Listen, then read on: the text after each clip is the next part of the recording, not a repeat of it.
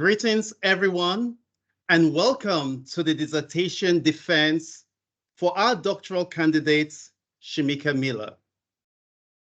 Shemika's dissertation, titled A Systematic Review and Meta-Analysis of the Impact of Leader-Member Exchange Quality on Employee Turnover Intentions, tackles a critical issue plaguing organizations today: employee turnover. Imagine you've invested time and resources into building a strong team, only to see valuable members walk out the door. Shemika's research delves into the powerful influence leaders have on employee retention.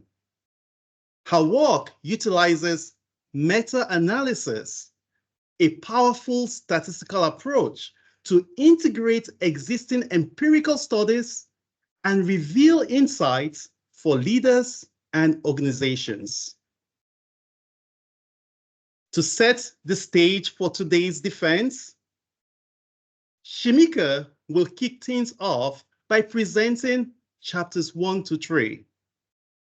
This will lay the foundation, exploring the research background, literature review, and the methodology. Afterward, the committee members will have the floor for questions. Following the questions and answers, Shemika will present chapter 4, showcasing her analysis and findings. More questions will follow from the committee members. Once Shemika presents chapter 5, the committee will take the lead for questions. Finally, the floor will be opened for the full-time faculty, graduate school faculty members on the call for their inquiries. Throughout the presentation, anyone can utilize the chat to submit questions. At the end of the presentation, some of the questions, if we are still within time, will be read out for Shemika to answer. Otherwise, Shemika would respond to every question on the chat after her presentation. At this point in time, please ensure that your devices are muted. And without further ado, let's welcome Shemika Miller to share her research. Thank you, Dr. Atamo. I am very excited to share my study with everyone today. And I'm glad that there is a cross-section of people on the call, because this is a topic that every adult likely can relate to. Most of you are employees, which means you have a manager, and your relationship with that manager, good or bad, likely impacts your stress level, job satisfaction, and work-life balance. In fact, you might have even quit a job before because of how much you disliked working with your manager. On the other hand, you may be a manager and an employee quit on you, leaving you and the organization in a lurch. And you may know that the relationship between the two of you might have contributed to that decision.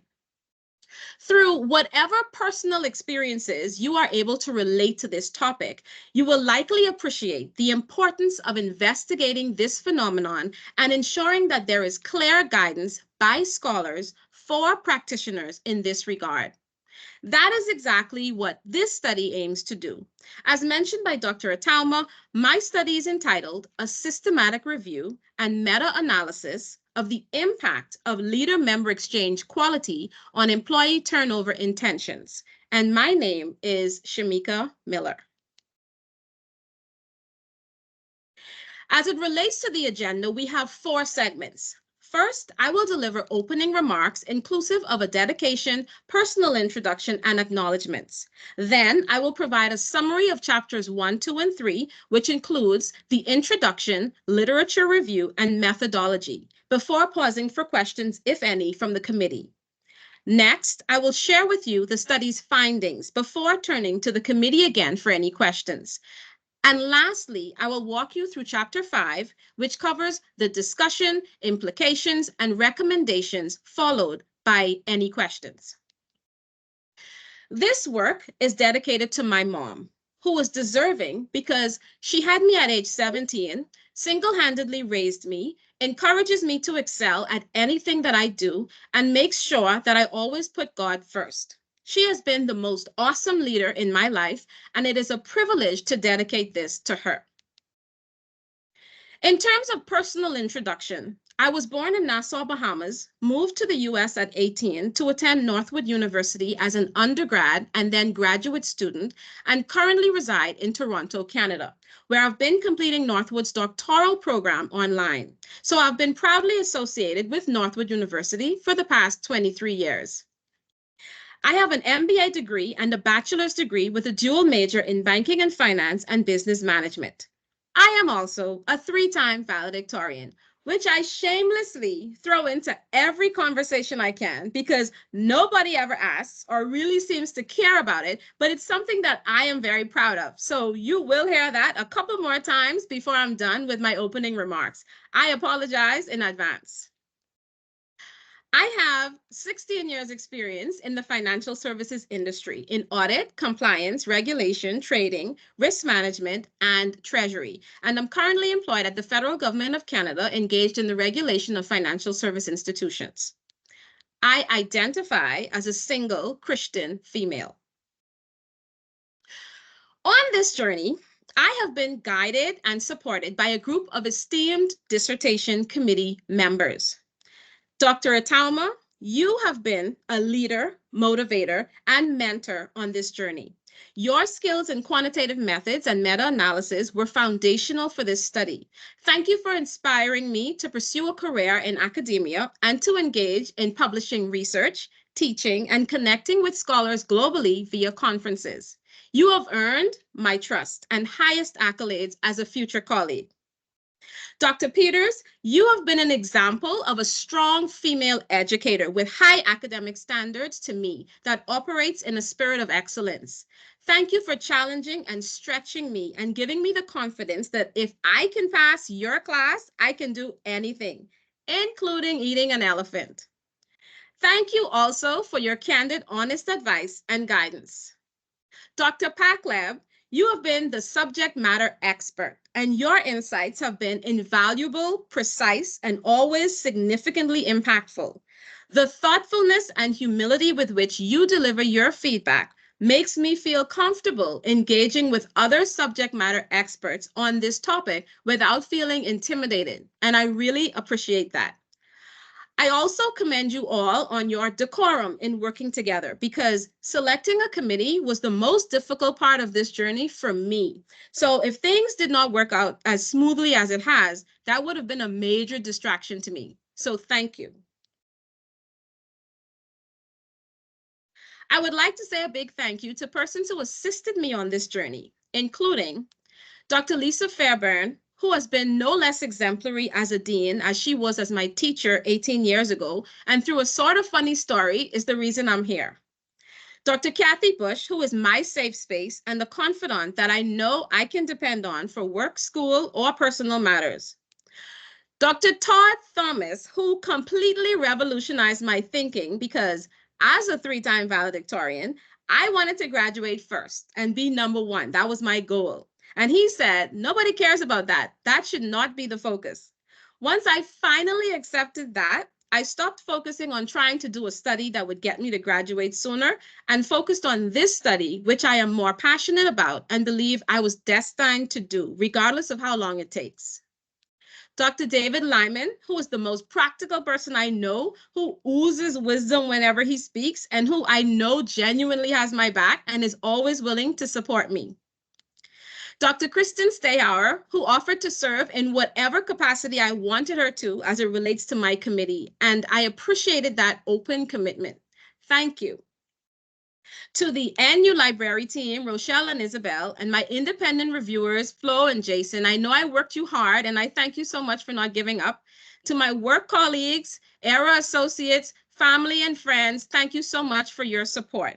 And lastly, to Kennedy, who is the one person I am sure would say that I cannot be a 3-time valedictorian, because every time I talk to her, I sound disorganized and forgetful because I'm constantly asking, when do I have to register for this class again? How long do I have to complete it? And when do I have to finish to graduate? So thank you, Kennedy, for keeping me on track.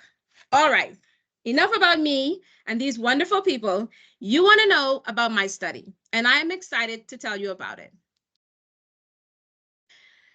Chapter 1 provides an introduction and background to the study. I will begin with some facts for contextualization and then discuss the problem, research question, and purpose of the study. Next, I will explain a few key terms and describe the underlying theoretical framework before providing a roadmap for this study and discussing some of the study's limitations. Facts. Employees are organizational assets, so retaining them is important, particularly given the predicted talent shortage by 2030. Voluntary employee turnover reduces retention and is very costly to organizations. In 2019 alone, it cost U.S. businesses $630 billion in monetary and non-monetary costs. This costliness underscores the importance of theoretically investigating employee turnover intentions prior to actual turnover being realized to aid practitioners in reducing these significant costs. Empirical studies have also shown that turnover intention is the best immediate predictor of actual turnover behavior. The impact of one factor, leader-member exchange, or LMX, is the focus of this study, and it refers to the quality of relationship between a leader and subordinate, which may range from low-quality LMX, where the employee and manager only have a contractual relationship, to high-quality LMX, where this contractual relationship is supplemented with trust, loyalty, commitment, and support between a leader and subordinate. So this study is focused on the role of LMX quality in addressing employee turnover intentions. The problem is that existing literature does not provide clear and consistent guidance regarding the impact of LMX on employee turnover intentions within organizations. Some studies have reported that LMX quality is negatively related to turnover intention, indicating that the better the relationship between a leader and follower, the lower the follower's intention to quit. Other studies have shown a positive relationship indicating that high LMX quality could actually lead to higher employee turnover intention, which is inconsistent with the theory and may potentially point to omitted variable bias, where there may be a variable moderating the relationship that has been omitted from the study. Further, some studies have presented mixed results. The variation in results among studies and the absence of a meta-analysis conducted within the past decade to consolidate these diverse findings can leave business leaders and people managers confused and without adequate guidance within academic literature. This will be discussed further in Chapter 2. The research question that drove this study is, what is the impact of leader-member exchange quality on employee turnover intention? The purpose of this study, therefore, is to systematically investigate and provide clarity on how the quality of the relationship between leaders and followers affects employee turnover intention within organizations, so that these organizations can take steps to improve LMX and create a more engaging and supportive workplace for employees. There are 4 key terms that are important for me to define before we move on. Firstly, turnover intention, which is simply an employee's intention to quit. Secondly, as a reminder, when I refer to leader-member exchange, or LMX, I am referring to the quality of relationship formed between a leader and subordinate. Thirdly, there's 2 terms that will come up when we discuss the methodology employed in this study, and they are systematic review, which is a comprehensive review using structured, explicit methods to identify and select relevant research and analyze data from the included studies. And meta-analysis, which is the use of statistical techniques within a systematic review to integrate the results of included studies. The key theory that drove the research question is social exchange theory. As depicted, the theory posits that in the first box, employees join an organization with their own values, expectation, etc. And shown in the second box, they weigh the costs and benefits of staying or leaving an organization, taking a balanced scorecard approach. The outcome of this weighing is reflected in the third box as their degree of satisfaction, motivation, and their intent to stay or leave an organization. LMX theory is a subset of social exchange theory. As depicted in the left of this diagram, followers show up to organizations with personal characteristics like competence and agreeableness. Leaders also show up with personal characteristics such as extroversion or contingent reward behavior. The interpersonal relationship between the two individuals involves certain elements such as ingratiation or self-promotion. All of these factors contribute to LMX quality shown in the center of the diagram, which is also influenced by contextual variables such as work setting and culture.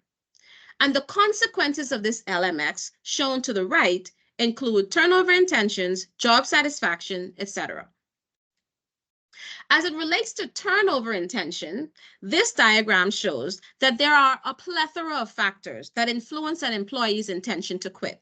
Most relevant to this study are leadership support and work relationships. However, it's worth noting that LMX quality influences many of the other factors as well, such as career development and job stress. In Chapter 2, we'll take a closer look at some of these constructs. Next, I will lay out a roadmap for this study. We know that the relationship between LMX quality and turnover intention is being investigated. We also discussed earlier that there are many previous independent studies that have analyzed this relationship and produced conflicting results. Therefore, this study employed a meta-analysis or an analysis of previous analyses to synthesize previous research on this topic. This entailed selecting independent studies based on inclusion and exclusion criteria, with each independent study containing a sample. Data was extracted from each sample, such as the sample size, gender composition, and that sample's estimate of the effect size as it relates to the relationship between these two variables, expressed as the Pearson's R correlation coefficient. Then, an overall effect size was calculated to arrive at a more accurate estimate of this relationship. When I say effect size, I am simply referring to a value measuring the strength of the relationship between two variables in a population. As with all studies, this study had potential limitations that were expected at the outset, including the quality of the individual studies that would be used in the meta-analysis. Since multiple studies were synthesized in this study, however, this is actually an ideal way to mitigate this type of limitation. Publication bias is a limitation as well, as studies with statistically significant results are more likely to be published than other studies, leading to an over-exaggeration of the true effect. As a result, this study incorporated unpublished studies to obtain a more comprehensive perspective, though it is impossible to obtain all unpublished studies. Methodological heterogeneity is another limitation, and this refers to the variability of study designs and methods among the studies in the meta-analysis. The use of inconsistent terminology, for instance, limits the ability to locate all relevant literature for inclusion in the review. This was addressed by carefully selecting keywords to be used in the keyword searches, as will be discussed in Chapter 3. And this brings us to the end of Chapter 1. We will now cover Chapter 2, beginning with an introduction, followed by a review of existing quantitative studies on this topic, which led to the identification of the literature gap. Then we will discuss constructs and theories relevant to employee turnover intention, and then LMX. We will end by looking at this study's intended placement within the literature. The literature review was organized around major themes, first establishing theoretical support for the study itself prior to considering the broader theoretical background inclusive of constructs and theories. The literature search strategy involved utilizing keyword searches such as leader-member exchange, turnover, and LMX theory within Northwood University's library resources to identify pertinent sources for inclusion. In terms of the rationale for the study, it's logical to expect the relationship between LMX and employee turnover intention, as well as actual turnover, to be significant, linear, and negative, because the worse your relationship is with your boss, the more you think about quitting. The literature review showed that this has been supported in academic literature from the 1980s, but even since then, that study results were conflicting. Today, LMX theory has a plethora of new instruments and approaches. However, conflicting results persist. This table shows previous quantitative studies that have investigated this relationship. It shows that some findings were statistically significant and others were not. It also shows that within those two categories, findings differed, ranging from indicating that no relationship exists to a statistically significant negative relationship exists. It also shows notably that there were multiple types of LMX instruments utilized across these studies. Having looked at all of these studies, a gap within the literature became apparent, as there is no study conducted recently that combines independent study results up to 2023, which relate LMX to turnover intention quantitatively based on the advice from the most recent meta-analytic reviewers, while also adhering to PRISMA, which is a gold standard for conducting meta-analyses. PRISMA stands for Preferred Reporting Items for Systematic Reviews and Meta-Analyses. The realization of this literature gap is what led to the development of the research question mentioned in Chapter 1. And in Chapter 3, we will cover the proposed approach to addressing this research gap. As we saw earlier, many factors potentially contribute to an employee being inclined to leave their current job. These were also investigated during the literature review. These common constructs or theoretical concepts listed here have been combined by researchers in varying ways to assess their impact on turnover intention, with leadership support being a construct that is particularly relevant to this study. The constructs on the previous slide are utilized within several theories to help explain employee turnover intention. While social exchange theory is the focus of this study and has already been described earlier, it is useful to consider these alternative theories that exist, which was done in this study. And this list is not exhaustive. In terms of LMX, 4 key constructs exist based on the literature review. Role differentiation, first of all, which involves leaders developing differentiated relationships with different members of their teams. Secondly, in-group and out-group exchanges, with in-group exchanges involving high-quality LMX, while out-group exchanges involve low-quality LMX. Thirdly, mutual influence, whereby the actions of one individual affects the other's thoughts, decisions, behaviors, and outcomes.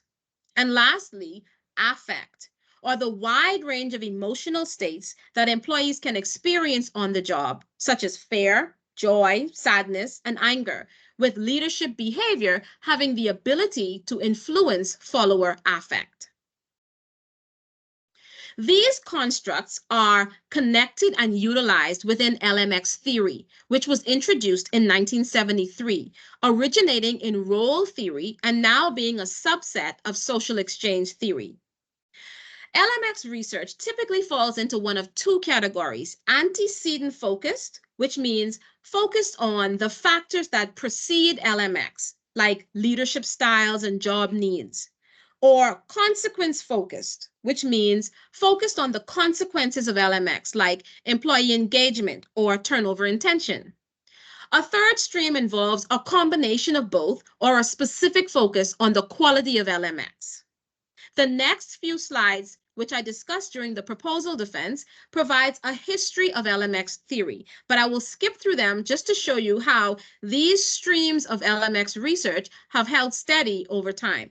Notably, more studies have focused on consequences than antecedents, and most of the results have been inconsistent and mixed. These are examples of early day LMX studies from 1973 to 1996, which fall into one of the three streams. These are examples of next generation LMX studies, which also fall into one of the three streams. These are current day LMX studies, which tend to fall neatly into one of the two main streams. And this is where this study would fit into the existing body of literature on this topic. It is consequence-focused and a current day study that would fill an existing gap. That is the end of chapter 2, and we will now cover chapter 3, which deals with the methodology employed within this study. We'll begin with a brief introduction, followed by discussing data types, sources, and selection criteria, and then discuss the meta-analysis process and the study's novelty before ending with validation, reliability, and ethical considerations. The study's design consisted of a meta-analysis, which is a quantitative research method that is beneficial in settling controversies arising from seemingly conflicting studies by statistically synthesizing findings. The goal of the meta-analysis is to answer the research question: what is the effect of LMX on turnover intention? A meta-analysis is a type of systematic review. Notably, among all study types, systematic reviews provide the highest level of evidence, ranking higher than randomized controlled trials, narrative reviews, and cross-sectional studies. Systematic reviews are designed to follow explicit criteria and a transparent, replicable process that reduces bias while attempting to address a research question. This meta-analysis adhered to the methodological framework established by Gerstner and Day's 1997 meta-analysis on this exact subject and integrated insights provided by Seung-Kwon Myung in 2023. Beginning at the top of this table, we can see that 4 data types were included in the study: published articles, dissertations, book chapters, and unpublished manuscripts. The selection criteria requires each study selected to measure LMX via the LMX7 or LMX-MDM instrument, as based on Gerstner and Day's previous meta-analysis on this topic. LMX7 is the best tool for measuring LMX. The LMX-MDM tool is also acceptable because it has been shown to be highly correlated with LMX7, indicating that both tools measure the same construct. The second selection criteria is that studies must include the calculation of a correlation between LMX and turnover intention. Also, the reported results must be sufficient to calculate effect sizes. The measurement of LMX has to have been done from the member, not the leader's perspective, because Gerstner and Day found that LMX is more reliably assessed from a member's perspective than from a leader's perspective. And lastly, each study would have to have a publication date that is later than the latest date of the studies included within the last meta-analysis on this topic, which is 2010. Data sources include online databases and reference lists of included studies, and 4 types of studies were excluded: non-original, non-human, non-independent, and non-English studies. This is a review of the steps involved in the meta-analysis process. Step 1 is the problem and research question determination. This was discussed in chapters 1 and 2, where we considered the significance of the issue of voluntary employee turnover and looked at what the literature said about how this may be impacted by leader-member exchange quality. Step 2 is the initial keyword search for the latest meta-analysis. This was done using Northwood University's library resources and was determined to be a meta-analysis conducted in 2012 by Dooley-Bond et al. Using studies up to 2010. Step 3 involved keyword searches for relevant studies in academic databases by combining keywords such as leader member exchange or LMX and turnover intention, intent to quit, etc. 14 databases were included in this search, but only 3 produced successful keyword searches with usable results. The remaining 11 were either inaccessible due to cost or restrictions on access, like ABI Inform, which is only available to institutions, or the database had merged with other databases on the list, like Cyclit, which merged with PsycInfo, or did not allow data export into Excel format, or produced many irrelevant results, like Gartner. Step 4 involves screening those search results for potentially eligible studies, and this took approximately 7 days. Selection occurred in a stepwise fashion by screening titles and abstracts initially, followed by a screening of full text based on the predetermined selection criteria. 2 independent reviewers screened each abstract and full text, with any disagreements resolved by a 3rd independent reviewer. To be eligible to serve as an independent reviewer, applicants who responded to an ad had to meet certain eligibility criteria. Step 5 involved extracting data from each study and coding that data, and this took approximately 14 days and was also done by at least 2 independent reviewers, with disagreements discussed with a 3rd reviewer. Step 6 involved selecting a fixed effect or random effect model to run the analysis, depending on which model best fits the data. A random effects is the natural choice, according to Stats Direct, and this model was selected in this case, given that it acknowledges that heterogeneity exists between studies and that it is unlikely that all of the studies being examined have been conducted under similar conditions with similar subjects, such that the only difference between studies is their power to detect the outcome of interest, which is assumed with the alternative fixed effects model. Step 7 is the data analysis and synthesis, or the actual meta-analysis, which involves a pilot study and a main study, which I will discuss separately on the next slide. Step 8 is the interpretation of results and recommendations, which will be discussed in Chapter 5. To combine effect sizes across studies computationally, here's what has to happen. We would need to compute the weighted mean and variance of the weighted mean, which tells the magnitude of the effect. Then compute the 95% confidence interval for the weighted mean effect size, which tells us the significance of that effect, and then test for heterogeneity of effect sizes. This is what these formulas look like. The weighted mean quantifies the strength and direction of the relationship between LMX quality and turnover intention. The next formula just calculates the variance of that weighted mean. Then, since the weighted mean is a point estimate, the 95% confidence interval provides a range that we can be 95% confident that the overall effect size is within this range. The Q test for heterogeneity is important because of the fact that we are incorporating multiple studies into this analysis, and this formula determines whether all of the effect sizes that have been averaged into the mean all estimate the same population effect size. Now, in case you're worried for me, no need to be afraid about these calculations. I didn't have to perform them by hand, thankfully. They were all performed within Jamovi version 2.4.14. which is an easy-to-use, free, and open statistical spreadsheet built on top of the R statistical language that is intuitive and community-driven in nature. It performed both the meta-analysis computations and the data visualizations. A pilot study, or mini meta-analysis, or feasibility study, was performed on the first 22 studies to be coded.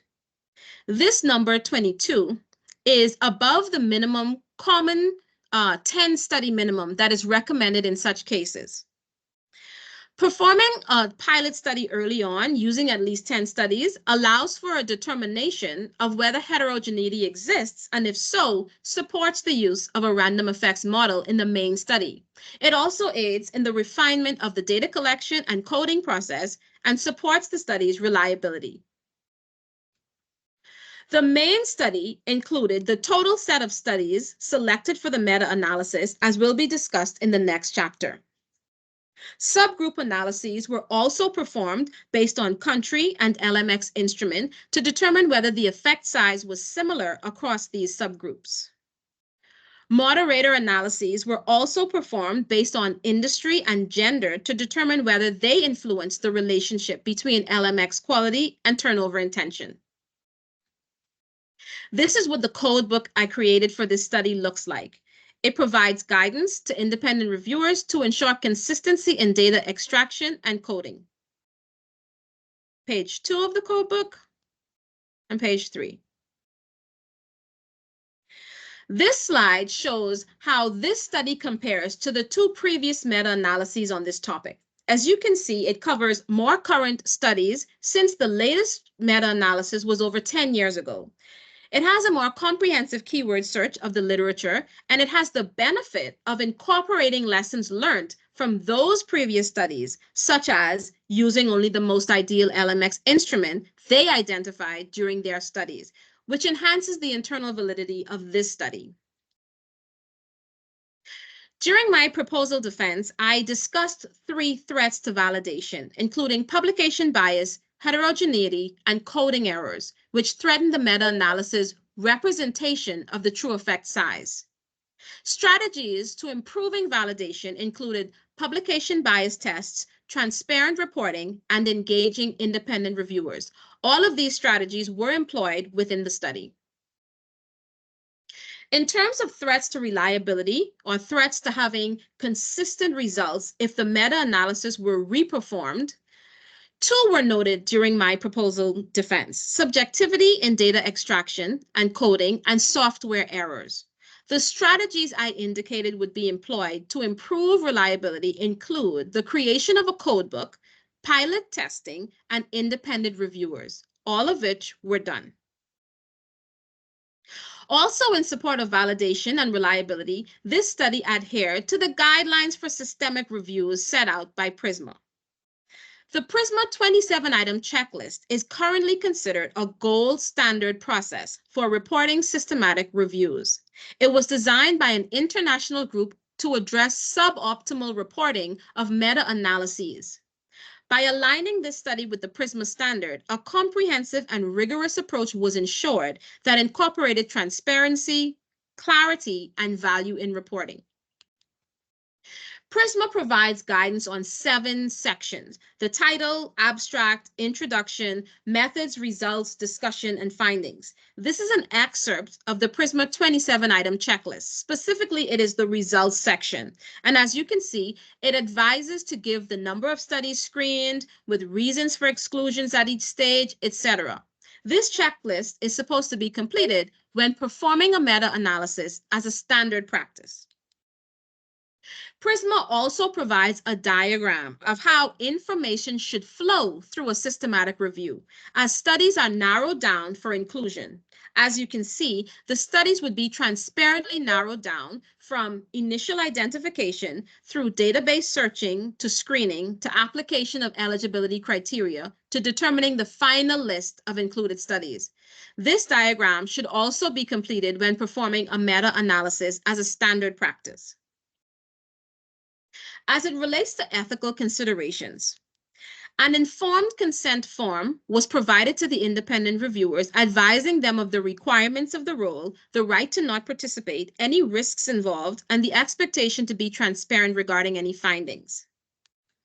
The author, like everyone else, has personal biases. This was monitored and mitigated via standardized procedures, transparent reporting, and journaling throughout the process. This takes us to the end of chapter 3, so I will pause now for questions and turn it over to Dr. Atama. Thank you, Shemika Miller, for your insightful presentation of chapters 1 to 3. I'm sure everyone appreciates the depth and clarity of your research. Before we move on, I'd like to invite the committee members to engage in a discussion. Does anyone have questions for Shemika?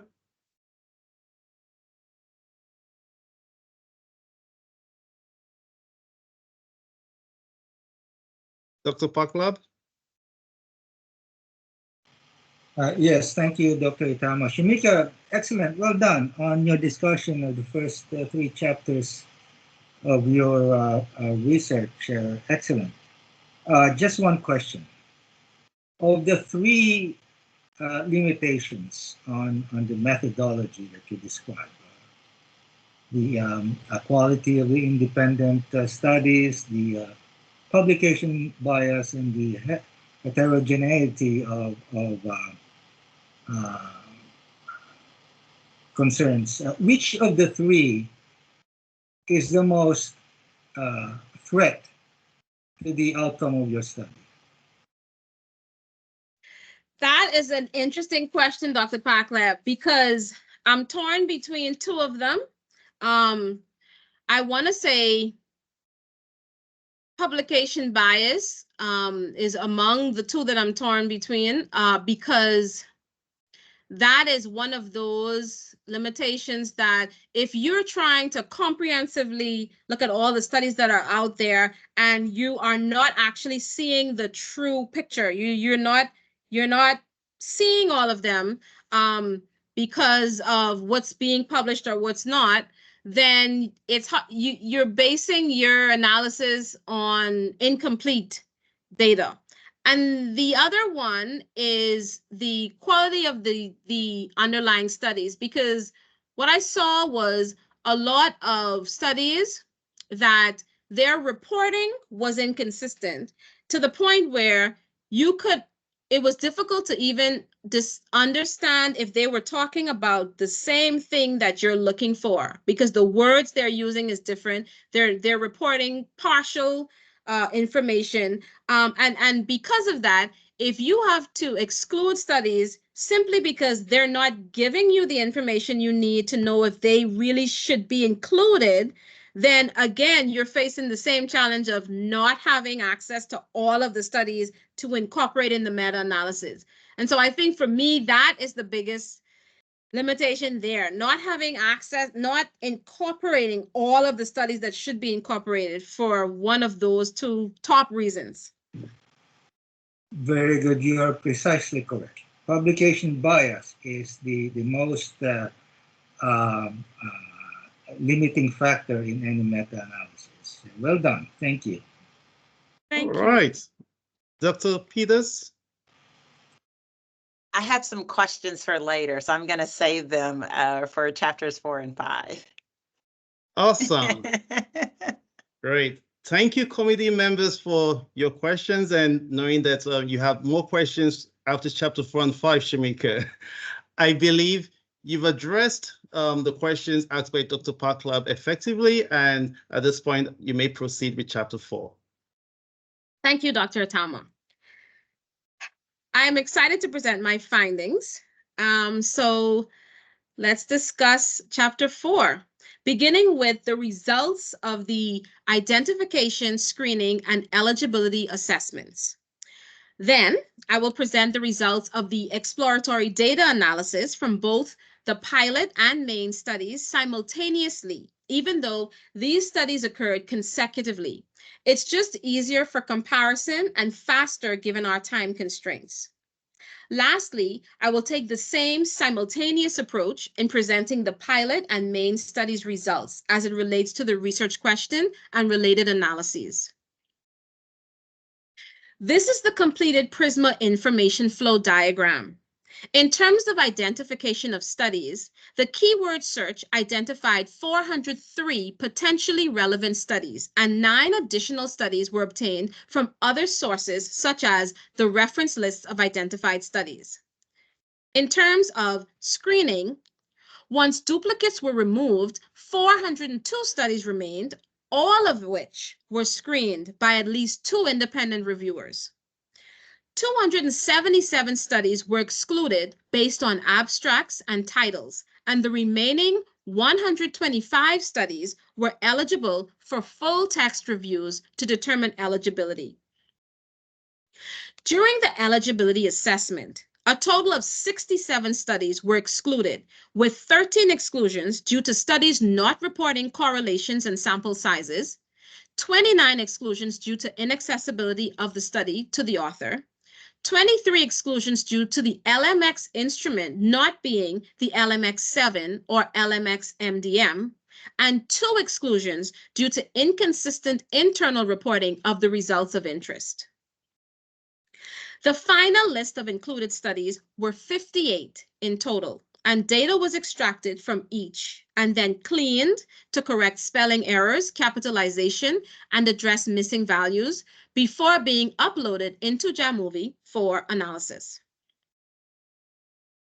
This is a table of the underlying studies included in the pilot study. This is a list of the 58 studies that were included within the main study. One thing I learned from Dr. Atauma is that whenever you're analyzing the relationship between variables, a critical and important first step is to perform exploratory data analysis, which involves summarizing and visualizing the main characteristics of the data being analyzed. So that's what's shown on these next 4 slides. These tables show selective descriptive statistics for the pilot and main studies. The letter K indicates the total number of studies included in the pilot study and main study, which was 22 and 58 respectively.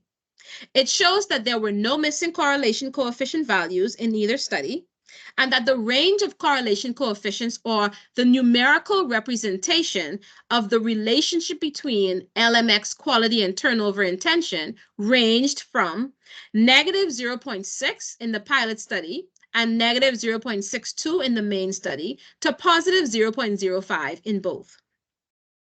Regarding that positive 0.05, this was due to just one study within the sample that reported a positive overall effect size, and this relationship turned out to be not statistically significant and due to confounding variables.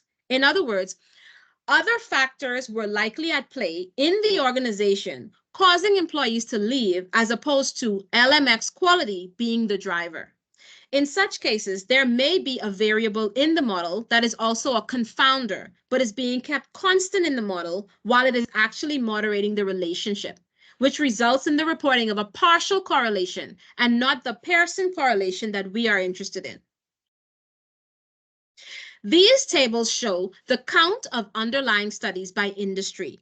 You can see that in the pilot study, where the industry was known and not aggregated, the healthcare and hospitality or hotel industries were the most represented industries, followed by financial services. In the main study, you can see that healthcare again ranked first, followed by hospitality/hotel and financial services, which tied for second, and education and governmental industries, which tied for third. These tables show the underlying studies by publication form in the pilot and main study. As you can see, articles was the main publication form in both. These are scatter plots of the correlation coefficient of each underlying study, plotted against their associated sample sizes. When looking at these plots, we would expect studies with higher sample sizes to influence the general effect size more than those with lower sample sizes, given that they are weighed more heavily when computing the overall effect size. In other words, the dots that you see to the far right in each plot are more impactful than those to the left. So if we had to make an estimate just based on these plots, we may estimate a value between, say, negative 0.3 to negative 0.4, just by looking at these plots. Now we get to our results. In both the pilot and main study, the overall estimate of the relationship between LMX quality and employee turnover intention is negative based on the sign in front of the estimate values. The strength of this negative relationship was estimated to be 0.351 in the pilot study and 0.347 in the main study, both of which are interpreted as between moderate and large using Cohen's 1988 conventions to interpret effect size, wherein 0.1 is considered small or weak, 0.3 is considered moderate, and 0.5 is considered large or strong. Based on the low p-values in each instance, we can also conclude that this finding is statistically significant. And the confidence intervals reveal that we can be 95% confident that the true effect size lies between these pairs of numbers, generally reflecting a moderate to strong correlation. This table shows a comparison of both the pilot studies and main studies' estimated overall effect size with the estimates calculated within previous meta-analyses on this topic. Similar estimations are reflected across all of these meta-analyses, which suggest a negative, moderate to strong relationship between LMX quality and employee turnover intention. They also suggest that over time, as more and more recent studies are incorporated into the analysis, the overall effect size has been consistently increasing. This will be further discussed in Chapter 5. These tables show multiple tests for heterogeneity, with the Q-test being the most common. The Q-test describes the variability in effect estimates that is due to heterogeneity rather than to sampling error. And in this case, the low p-value supports the statistical significance of the finding that heterogeneity exists. An examination of the studentized residuals also revealed that there was no indication of outliers in the context of this model. But let me provide some context about this finding. Heterogeneity is to be expected in a meta-analysis. It would be surprising if multiple studies performed by different teams in different places with different methods all ended up estimating the same underlying parameter. You may recall that the assumption of heterogeneity influenced our selection of a random effects model versus a fixed effects model. These tables support that decision. The existence of heterogeneity among studies can also be visualized using a forest plot, which shows the error bars or 95% confidence intervals along with the effect size estimate for each study. You can see the variability among the studies, with some studies not even including the overall effect represented by the diamond at the bottom. This is the forest plot for the pilot study. And this is the forest plot for the main study, with similar results indicating heterogeneity exists. During my proposal defense, I mentioned publication bias as a potential study limitation, as studies yielding statistically significant results might be published more and therefore overrepresented. The assessment of publication bias across 4 tests yielded mixed results in both the pilot and main studies, as shown here. The fail-safe and calculation indicated a substantial number of potentially unpublished studies would be needed to nullify the observed effect size, which suggests a robustness of findings against publication bias that, as we see, is statistically significant. Other tests provided less conclusive evidence. The Begg and Mazumdar rank correlation test exhibited a non-significant correlation coefficient indicating no strong evidence of publication bias based on rank order. Similarly, Egger's regression did not detect significant asymmetry in the funnel plot, which we'll see on the next slide, suggesting no systematic bias in small study effects. Interestingly, the trim and fill method yielded a null result, indicating no missing studies needed to adjust for publication bias.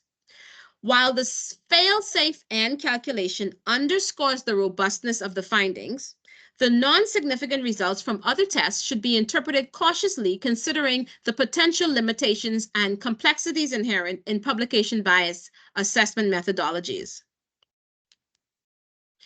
These are the funnel plots, as mentioned on the previous slide, that was considered in the Eggers regression, which illustrates the relationship between the standard error and correlation coefficient.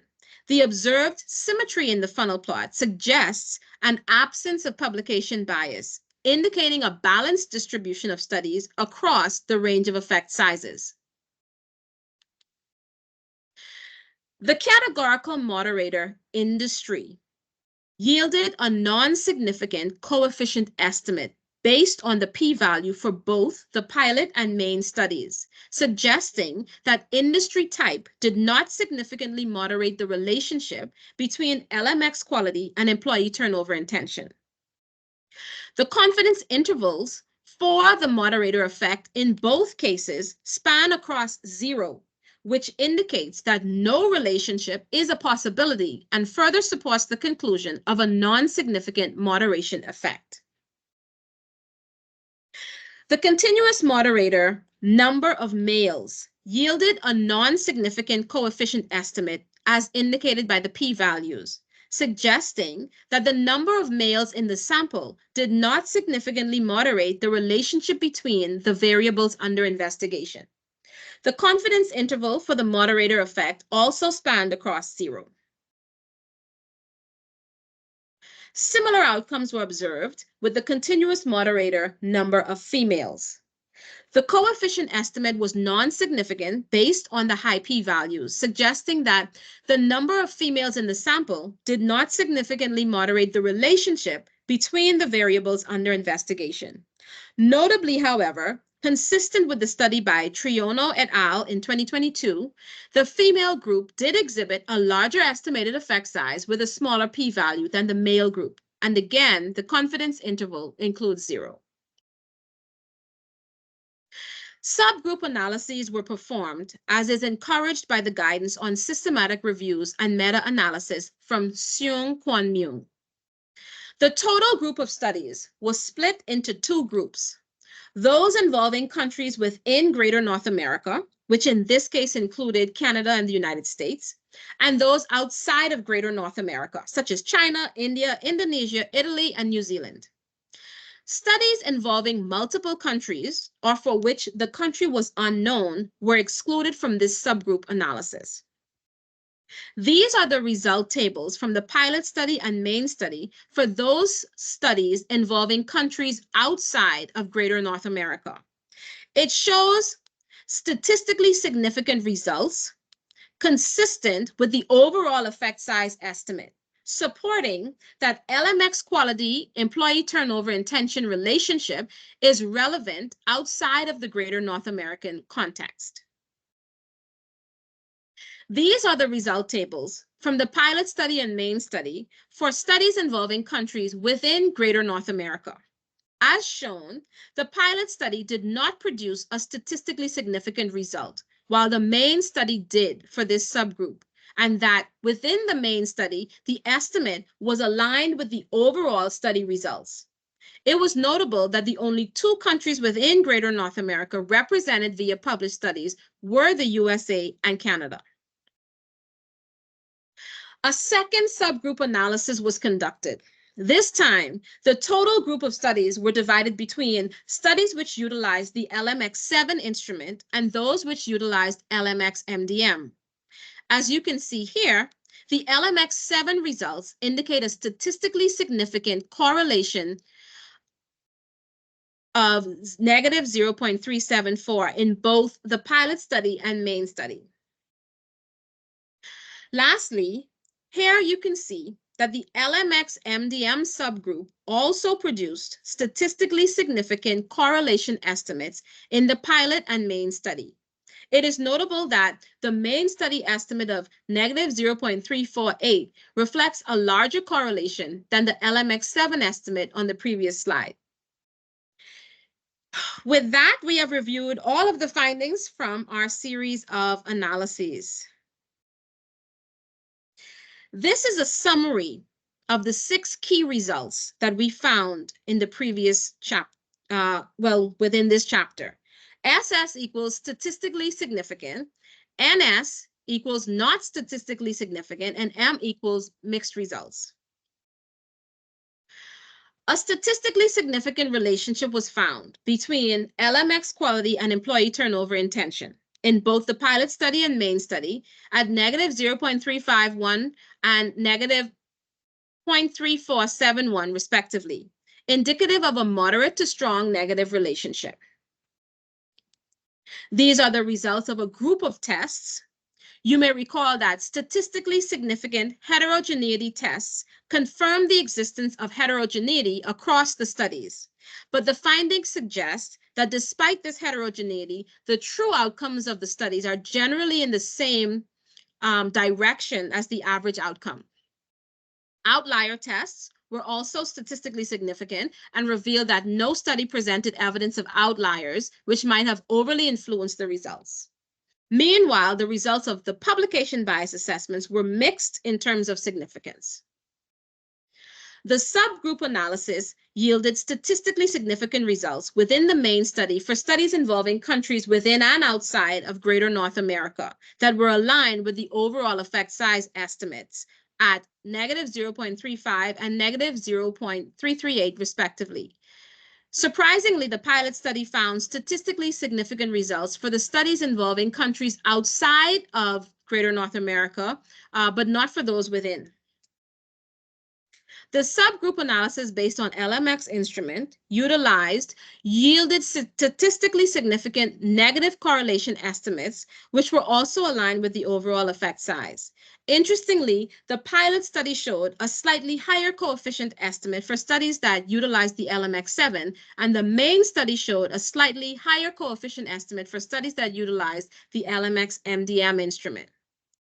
Lastly, non-statistically significant coefficient estimates resulted from moderator analyses that considered industry, number of males, and number of females as potential moderators, indicating that these factors did not significantly moderate the relationship between LMX quality and employee turnover intention. However, interestingly, this study's findings showed in both the pilot and main study a stronger relationship existed between LMX quality and turnover intention for females with a greater value of significance, and that the moderator estimate is positive for females and negative for males. This brings us to the end of chapter 4, and so with that, I will turn it over again to Dr. Atalma. Thank you, Shemika Miller, for a great explanation of your findings. Due to time, we will skip questions to the end of chapter 5. You may proceed with chapter 5. Thank you, Dr. Atalma. Chapter 5 involves discussion, implications, and recommendations. We will begin with a discussion of the study's limitations, followed by a review of theoretical implications and recommendations for future studies. Then practical implications and recommendations will be discussed, followed by expected benefits to practitioners and scholars, and closing with a look at the completed PRISMA checklist. This study has several limitations or characteristics of its design and methodology that impacts the interpretation of the findings from the research. Firstly, this study involves searching for eligible studies within electronic databases. As mentioned in chapter 4, some studies that met the inclusion criteria for this meta-analysis were not included due to them being inaccessible to the author. In some cases, they required a fee or institutional access to a database which was not available. This could result in the estimated overall effect size being underestimated or overestimated, impacting the interpretation of the moderate to strong effect size. Publication bias, which was discussed as a limitation at the outset, was tested for during the study. Since the test results were mixed in terms of significance, it is worth acknowledging that the incorporation of more unpublished studies could affect the overall effect size estimate and interpretation. Methodological heterogeneity is another limitation mentioned earlier, and this refers to the variability of study designs and methods among the studies in the meta-analysis. This was a factor in this study. For example, due to lack of standardized reporting, some studies did not report sufficient data to confirm that they were eligible for inclusion, resulting in them being excluded. This could potentially limit the accuracy of the overall estimated effect size. Lastly, the quality of data in the individual studies was also discussed as a limitation at the outset. During this study, this was a factor, as mentioned earlier. 2 studies had to be excluded due to inconsistent reporting internally, which made the studies deemed not to be a credible enough source for inclusion. Now, let's consider the theoretical implications. Firstly, this study's findings are aligned with the results of 2 previous meta-analyses on this topic, despite each study being performed decades apart by different researchers using different analysis tools. All 3 studies have shown that despite the heterogeneity that exists across underlying studies, an overall estimation of the effect size consistently results in a moderate negative relationship being estimated on average, with the relationship apparently strengthening over time. In other words, LMX quality is increasingly associated with employees' intention to leave or stay with an organization. This is revelatory and underscores the importance of related research on leadership development and improving LMX quality. This study is also consistent with the study by Triono et al. In 2022, as females exhibited a larger correlation between LMX quality and employee turnover intention that was positive and not negative. This will be further addressed on the next slide. This study revealed a dearth of published studies within Greater North America outside of the US and Canada on this topic, which highlights a potential gap in the literature in this regard.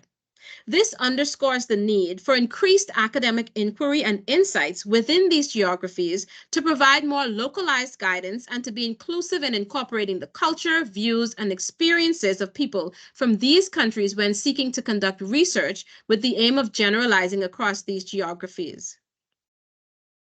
The inaccessibility to some academic databases, such as Web of Science and ABI Inform, due to the costs associated with access or to access being restricted to institutions, was an interesting discovery. These barriers to accessing research can hinder the performance of comprehensive meta-analyses such as this one.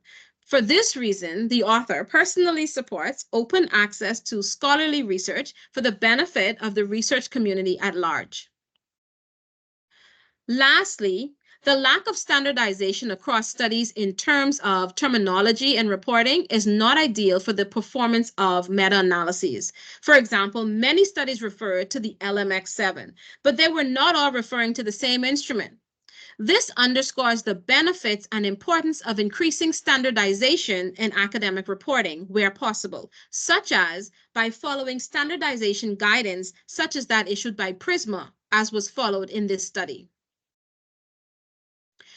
Here are several recommendations for future studies.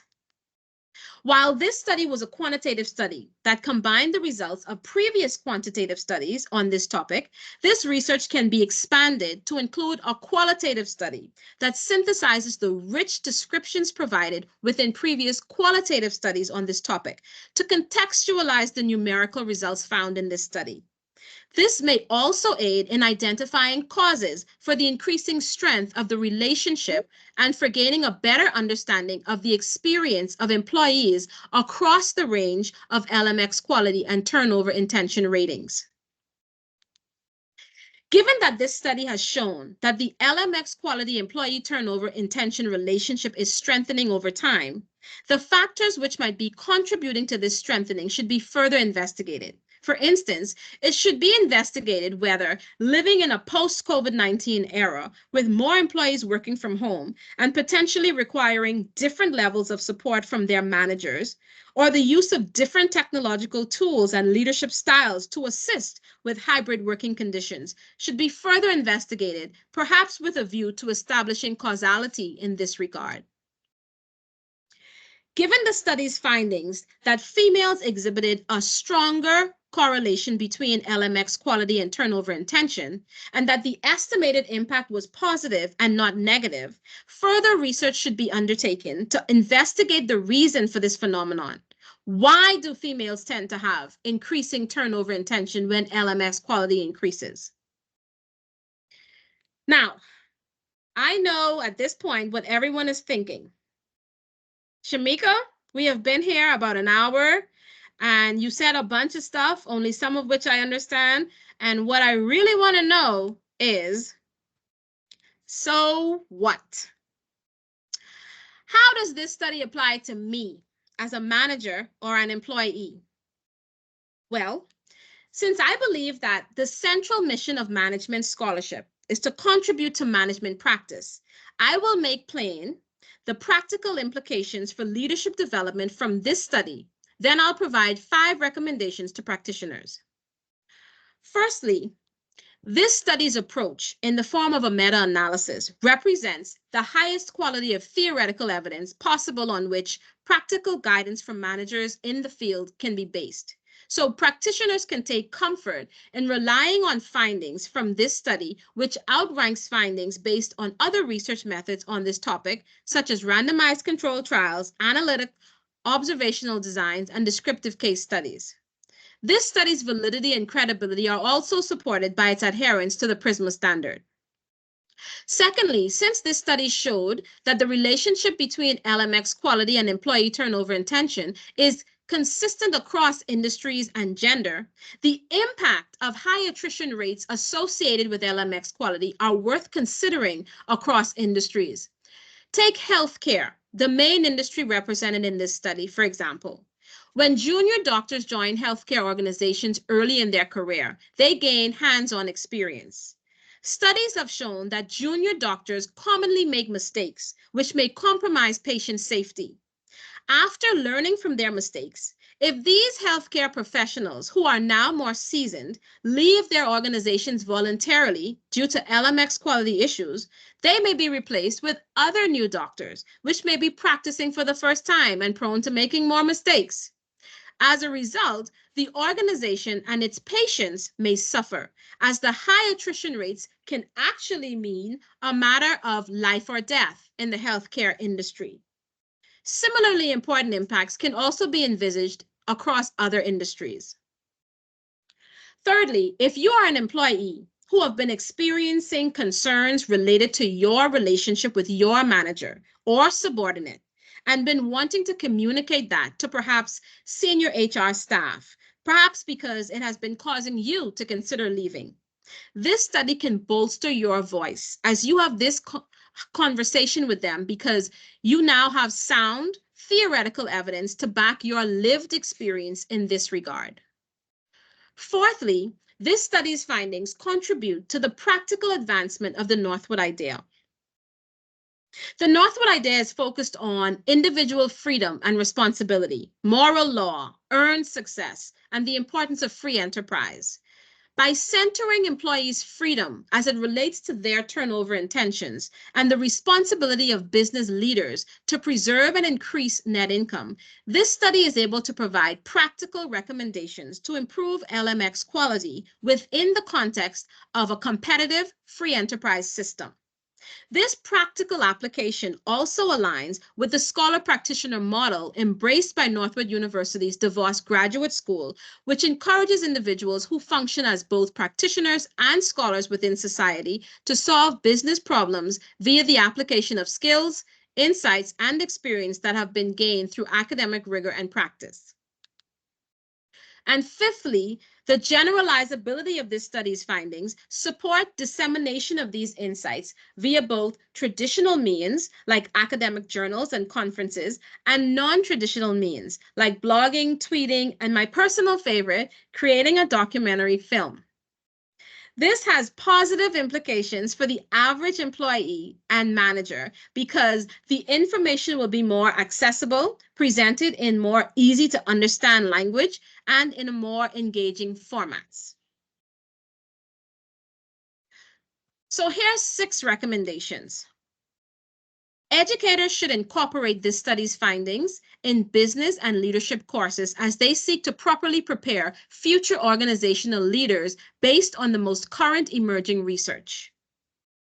2, business and governmental leaders should implement internal policies that provide general guidance to employees and managers as it relates to how concerns and issues related to LMX quality should be handled, as well as providing guidance regarding the specific channels available internally and externally for case-specific guidance and intervention, specifically related to LMX concerns. 3, business and governmental leaders should implement policies and procedures with accompanying incentives to solicit feedback from employees regarding their quality of LMX and to uncover latent turnover intentions. For example, this could be performed as a periodic pulse check. While anonymized surveys may be useful to uncover general patterns and trends, safe spaces should also be established where employees at all levels can discuss their feedback or experiences related to LMX quality to senior human resource professionals. This would be more direct and proactive in terms of reducing turnover intention.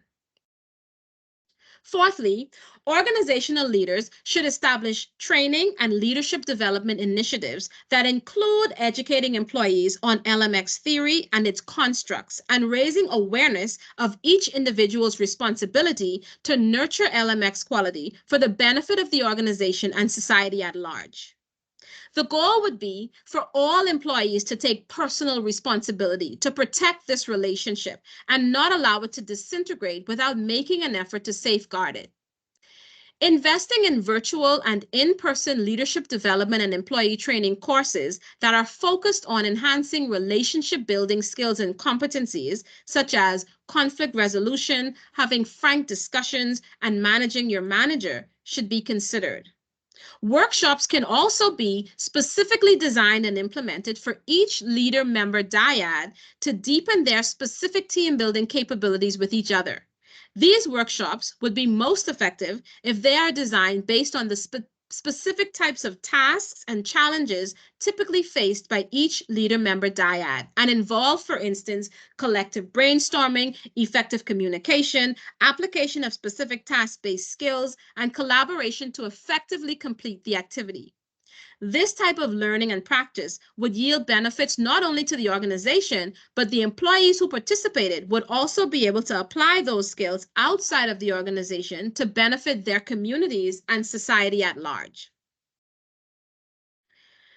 Business and governmental leaders should conduct a self-assessment or mini audit of several key human resource related areas to determine how these may be facilitating or contributing to high versus low LMX quality. For instance, they should consider how the performance management process is handled and whether it routinely puts employees and managers against each other, causing conflict and mistrust during each cycle. Another example would be to consider whether the compensation scheme incentivizes individual goal attainment at the expense of teamwork and thereby encourages backstabbing and undermining between leaders and subordinates on the same team. Lastly, individuals who may be unemployed, currently employed, or seeking to be employed in the future should personally invest in developing relationship building skills, specifically to aid in developing high quality LMX relationships.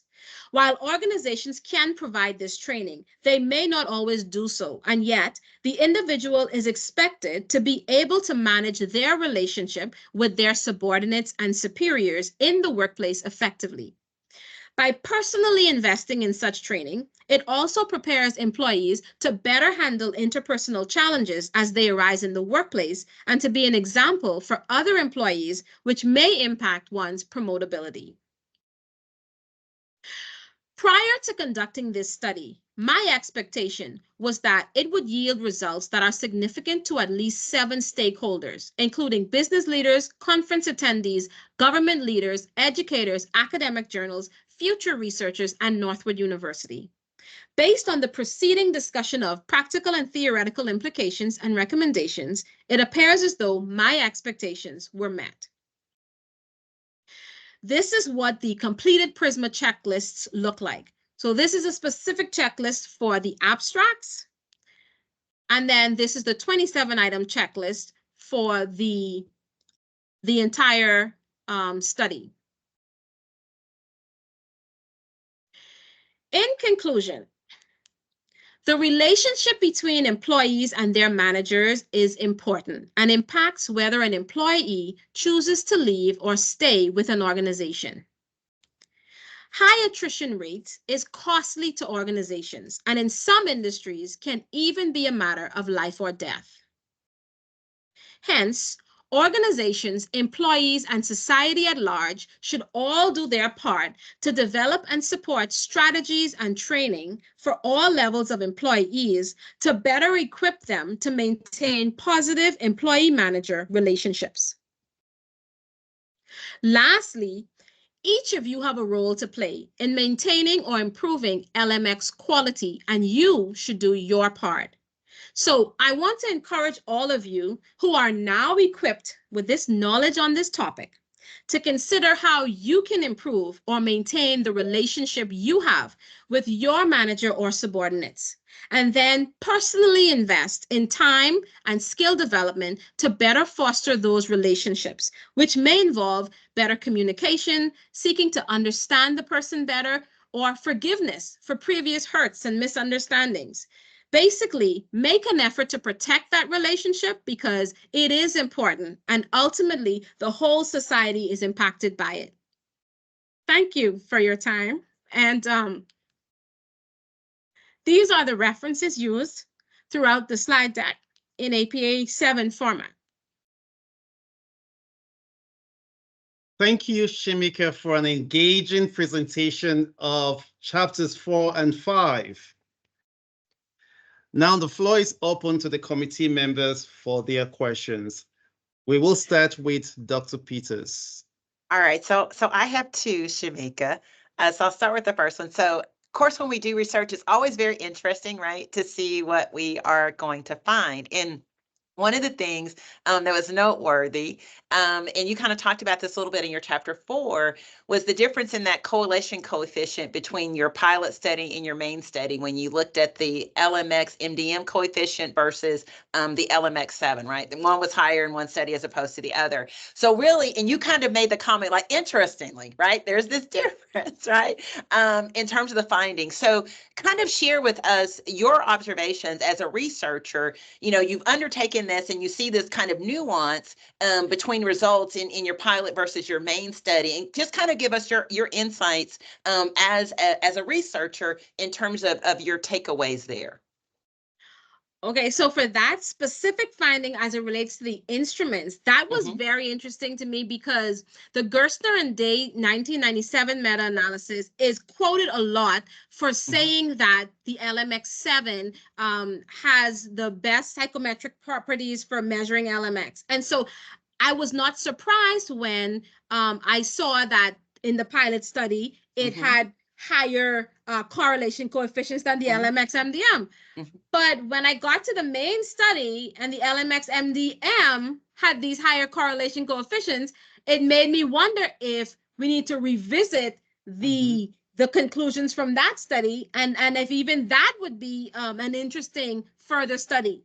So that was actually very exciting. It may seem simple, but when you're in the research, it's a big finding because you've seen this quoted so much in so many studies, right? That this instrument, this instrument, and you saw this. Yeah, so you'd want to investigate that more. Yeah, so that was very exciting. All right, so so my second question kind of really aligns with that, right? Because a part of, being a researcher now, right, is that you're going to find things, you're going to say, I wonder why that happened, or I wonder, how these two might work together, right? Or what the outcome might be if I took a look at this. So this is really kind of where my second question is going as well. So you talked about 3 potential future studies, right, that you outlined. And then you also talked about, implications for leadership development. So here's my question. So which of those, studies would you pursue first, given the implications for leadership development that you outlined? And just give us a window into why. Okay, I would pursue the qualitative study. That was actually a part of my initial intent for this dissertation. But as you can see, it was already a lot of work just doing the quantitative. But I want to marry the qualitative insights with these findings, because when you talk to people and you get their experiences, it better puts into context the numbers, right? Because when you ask people a question that they can only respond in one of these 5 ways, there are so many nuances in between there that you're not capturing.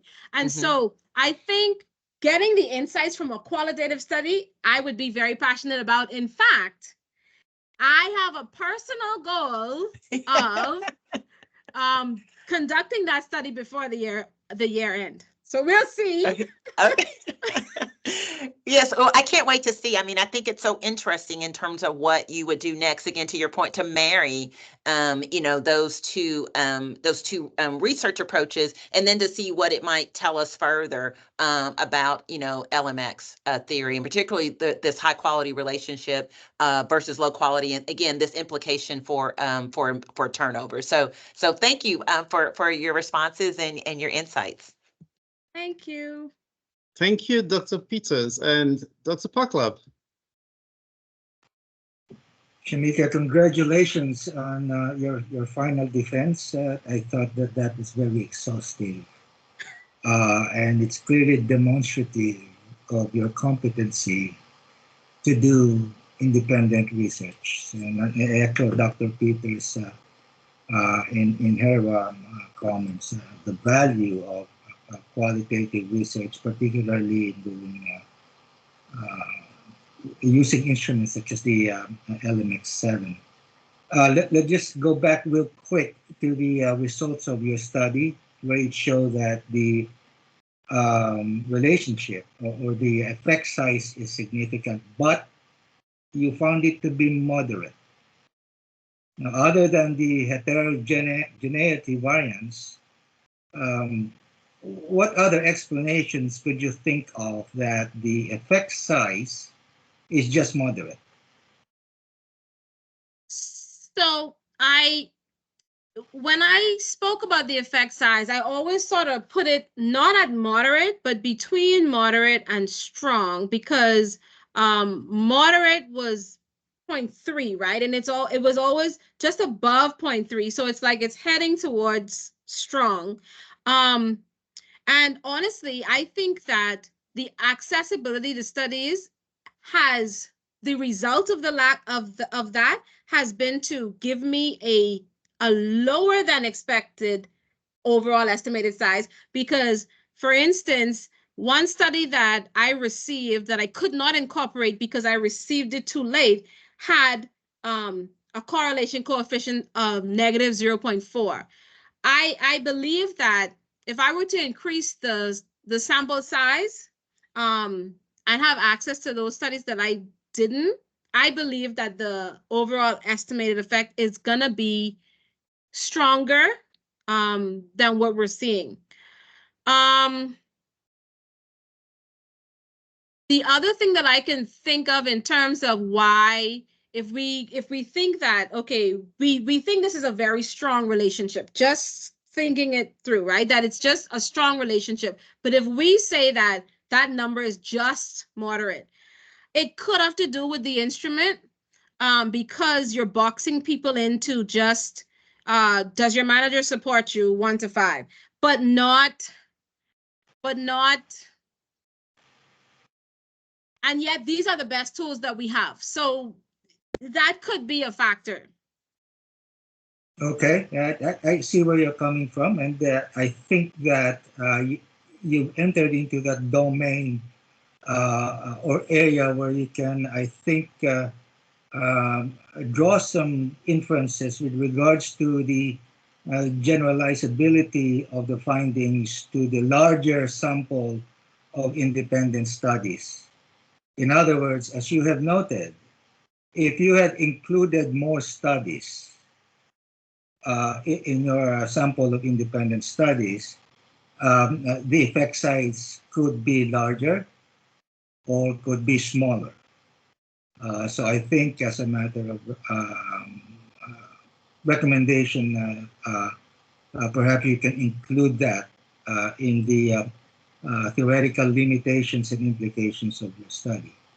Now, in line with that, first question, and this is the last question. Does the result of the study answer your research question sufficiently? I would say that it answers the question, but there's still more that I could find out in relation to this question. It tells me that on average, the relationship is negative, not positive, that it is not a weak relationship. So it's not one that should just be not thought about, not protected, it's something that people should pay attention to because we know that at minimum, it's moderate. I think my natural curiosity of wanting to know what would happen if I added in all of those studies is gonna drive me to locating as much additional studies as I can and reperforming this study. I just have to. So it answers the question, but there's more that I am curious about, and I would like to see if I can even get a more precise answer. But at least for now, we have an updated estimate because the last one was 10 years ago. So now practitioners have a more up-to-date estimate that they can use reliably as they prepare leadership development courses and whatnot based on this. But yes, there is a lot more that I still would want to know. Very good. Thank you. That's all I have. Congratulations again. All right. Thank you, committee members, for your questions. I have one question as well. Shemika, based on your research findings, insights from Chapter 5, and experience while conducting this study, such as attending conferences, what advice would you offer to other students in the program who are embarking on similar research journeys? The $1 million question, Dr. Itama. So I think that I would encourage every student not to give up. This was not easy. But just like people before me and just being able to be here today shows that you can do it too.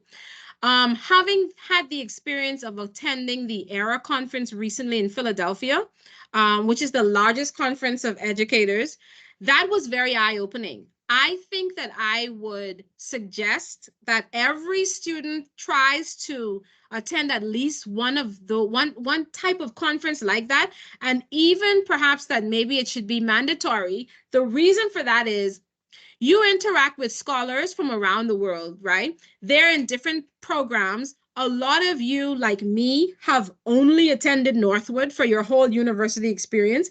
And so you get to hear from the experience of these other scholars, and you hear about their programs, and you see where you fit in the conversation, and you see what value you add. And also the networking is invaluable. When I was at that conference, it was as though they turned the entire downtown Philadelphia to a college campus. Everybody was walking around with their name tag. Everybody was nice because everyone is a scholar, right? All you have is a whole lot of people who are engaged in research and teaching, and they're nice and friendly. It was such a good environment to learn. So I would really encourage students to, I know you're busy with everything else as a student, but if you could find the time to just attend one conference, that would really help you along this journey. And lastly, don't give up. It is not easy. This was not easy, but you could do it. Yeah, thank you, Shemika. I know we've gone out of time, but I would like to now invite the full-time graduate school faculty on the call to ask any questions. Perhaps we could end the call at 3:40. Yeah, Shemika, I don't have a question, but you did an awesome job. I always marvel at the new tools because I did meta-analysis way back in the day. And so it's very cool to see you update and to see your work and to see you so excited about it. So congratulations for that. Thank you, Dr. Todd.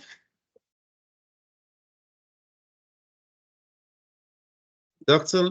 Dave Lehman, I'll call you.